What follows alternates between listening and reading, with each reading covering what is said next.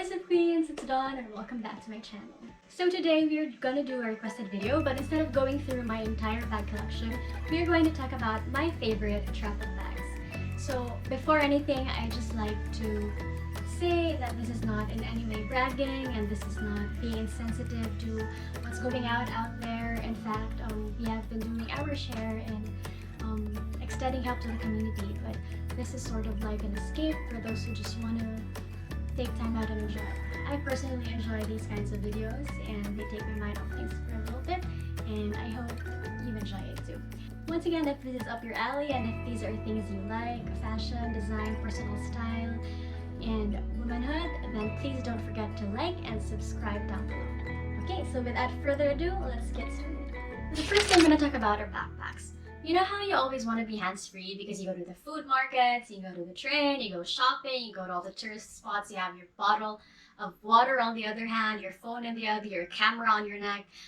It just really gets busy. So I want to go as hands-free as possible, and so that it's not very hurtful on shoulders, I recommend distributing the weight to the right and to the left. So my personal recommendation, my personal favorite is this one. This baby. So this is the newest in my collection. This is the Louis Vuitton Palmsprings Mini. This actually arrived a couple of months before ECQ, before this whole COVID thing. So I love this because it's canvas and it doesn't really get damaged. It doesn't really worry me so much that I get caught in the rain or in the sun. So it's just this really small thing. See the proportion to my face.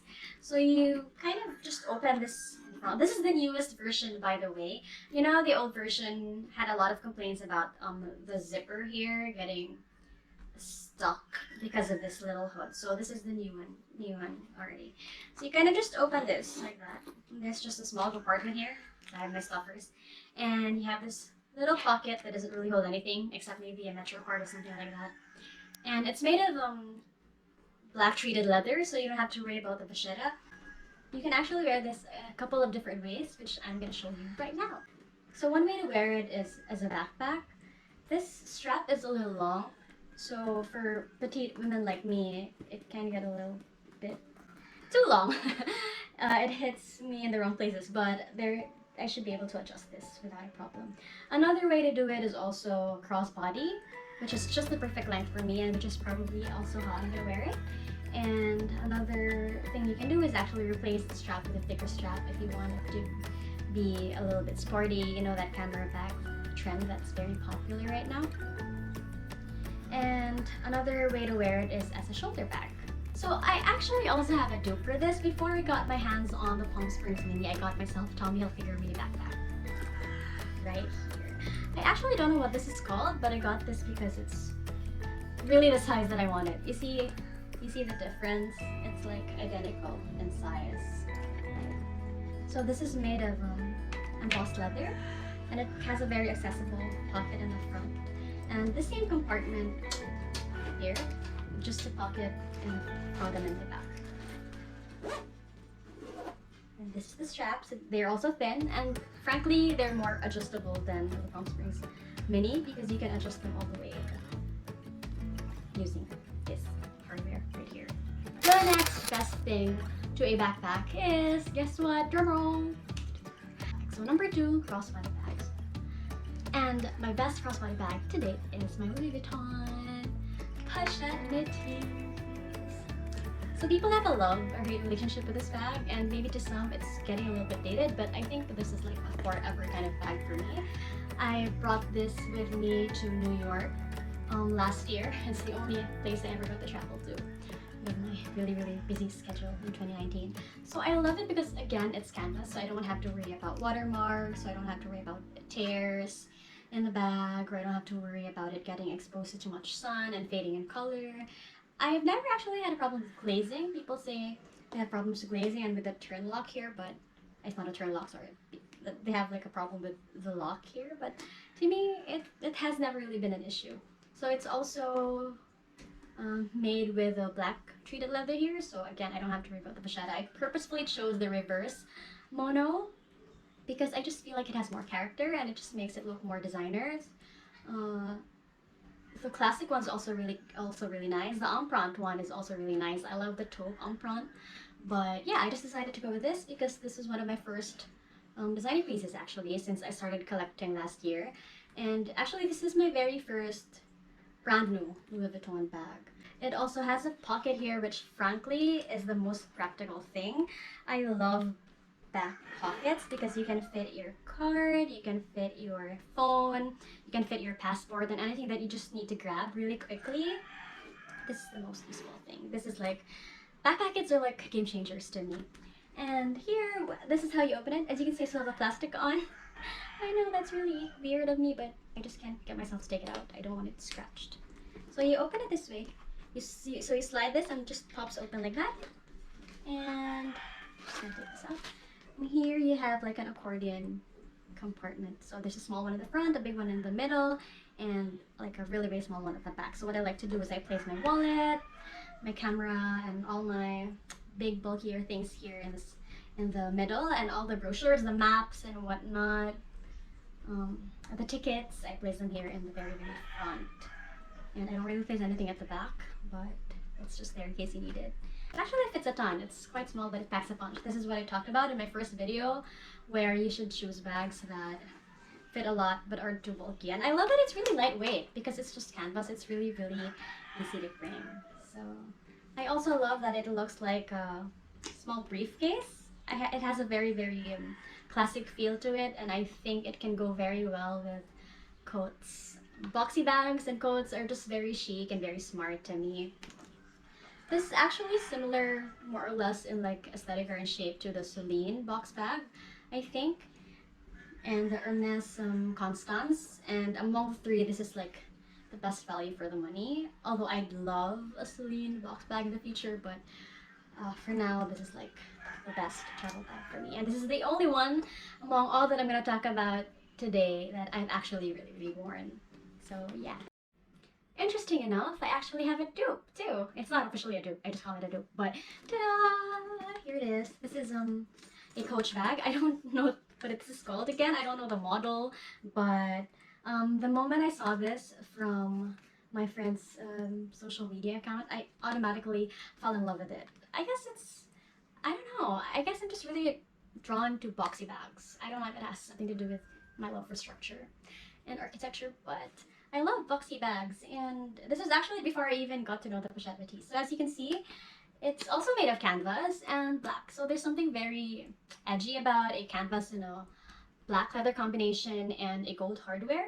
So all you have to do, just like the Pochette Metis, is to push this like that, and it just opens up this way. And it's made with a red fabric lining, which is very, very luxurious, I think. So yeah, it also comes with 2 compartments. One small one and one big one, and then there's also like a pocket in the back. And at the back, there's also like a small pocket. Again, this is just for cards and IDs, I think. And it has this little keychain here, which comes with almost all Coach bags, and I love that it comes in gold as well. And you can use it as a top handle, and also you can use it as a crossbody or shoulder bag. So this just hits me in the right places. I think it's a really nice length, right? So yeah. Side by side, they look like this. Ta-da! So yeah, this is obviously bigger, but it strikes me how they're more or less the same. A few months after I got the Coach one, maybe 10 months, I got the Pochette Metis. And now I'm debating whether I should keep both. By the way, the first bag that I showed you, I think I'm letting go of the brown backpack. That's not going to be with me for long. And number 3, last but definitely not the least, is my LOEWE Puzzle Bag in the size small. So this actually comes in the camel brown color and the pebbled leather. So I got this pre-loved from one of my favorite sellers on Instagram. She's called G Luxury Bags for Less. She's a very nice person. So yeah, I got this from her, and it's in really, really good condition. So I actually like getting bags that are pre-loved, especially for those that don't really appreciate and value. Just like this, like Givenchy, or what else? LOEWE. Yeah, so I who doesn't want a bang for their buck, right? And who doesn't want to save where they can? So I'm not really one to like splurge all my cash on designer bags, and I like getting really, really good deals. So when I can find a steal for the design that I want, I go for it. So I have not actually worn this to travel. Is it possible to have a travel favorite and not have been able to bring it to travel yet? I don't know. I use this for work and I use this for weekends out. Sometimes when I'm too lazy to transition from work to weekend looks, I just stay with this bag because basically it fits all my work stuff. I don't have to carry so much, especially when it's a kind of work week where I run from meetings to field, the site, and all that. I just have to travel from one place to another. So this one makes a really understated bag. It's also very, very durable. So you can see the leather is a little bit textured, so it's less prone to scratching. It has a little bit of slouching. Although if I were to choose, I think I would go for the smooth leather. Never mind that it's a little bit prone to scratching. I mean, they say LOEWE leather is really good, even the smooth one. But yeah, this is what's available, so I settled for this. And I personally love this color-wise. I love camel brown. So this one comes with a flap, as you can see. So it comes in a very cool asymmetrical flap, and it has a zipper pull right here. This really makes it easy. Very good design touches. I think it's very, very thought out.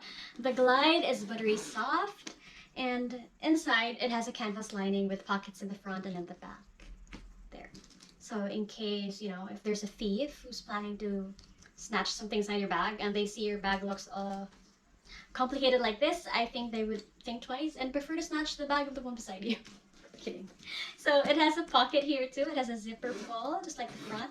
And usually what I place here is my key. Sometimes it's my lipstick.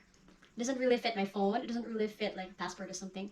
But yeah, the small things that you want to access. Oh, and my hair tie. Girls, instead of putting your hair tie here, which we all do, we can always put it here at the back. So this is very, very handy, even if it's really small. So I think what really attracted me to this bag is that it's very architectural in a way. I mean, being an architect myself, I think an architect loves fashion, just can't take her eyes off this bag. You cannot not have this in your collection because it's very compact, it's very asymmetrically balanced, I don't know, and it's also very functional. So if you want to take it to like a dinner, I think it still looks nice. If you want to take it to a meeting, it still looks nice. And if you want to go somewhere where you have to be low-key, like the site or field, you know, people won't really judge you or people won't really stare or like have evil intentions because you can barely see the logo and not a lot of people know LOEWE. It's like the kind of bag where when you know, right? So yeah, you can wear it top handle and you can also wear it crossbody. It's also very, very adjustable and this is also detachable. This length is perfect for me. Like I dig this length. It actually still has like an allowance here. But if you're thinking of purchasing this bag, I suggest if you want to get it in store, have it adjusted to the length that you want because it's really, really hard to pull out. I had the hardest time pulling it out, but it's worth it and it's going to stay in this button. So that is it, you guys. Those are my top 3 travel bag recommendations. I'm just going to call it recommendations, not favorites. Okay, so it's these babies. So points. I think the number 1 thing that you should look for when you look for a travel bag is number 1, size. It has to be the right size to fit all your necessities, but also not too big that might cause you inconvenience when you walk around. So you can carry a tote. Some people like carrying a tote, but I don't like carrying a tote because I feel like it's too big for me and most of the time it's too easy to access. I mean, too easy for those with evil intentions. So yeah, I think size is really, really important. Number 2, I think it's comfort. Look for something that allows you to move around without really worrying too much. I don't personally like bags that are just little chains, especially if you walk around all day and have those things dig into your shoulders. I mean, if you have a coat on, it's probably a bit easier because you have a little bit of cushion, but if you're traveling to a hot country and you're wearing something like this and you have a chain on and you're wearing it for the whole day, I think that's gonna cause you a little bit of discomfort. And I don't want anything getting in the way of my fun. Number 3 is also durability. So I don't want to have to worry about my bag's getting wet or my bag is getting scratched too much. I don't want to keep holding it when it gets squished in the train. I don't want to keep protecting it from outdoor elements. I don't want to have to bring a raincoat around just for my bag in case it rains. All these bags are sprayed, by the way, with like a waterproofing chemical forever. It has to be durable. That's why it's mostly canvas, or if it's not canvas, it's something made of a really, really durable leather that can withstand harsh outdoor elements and the test of time.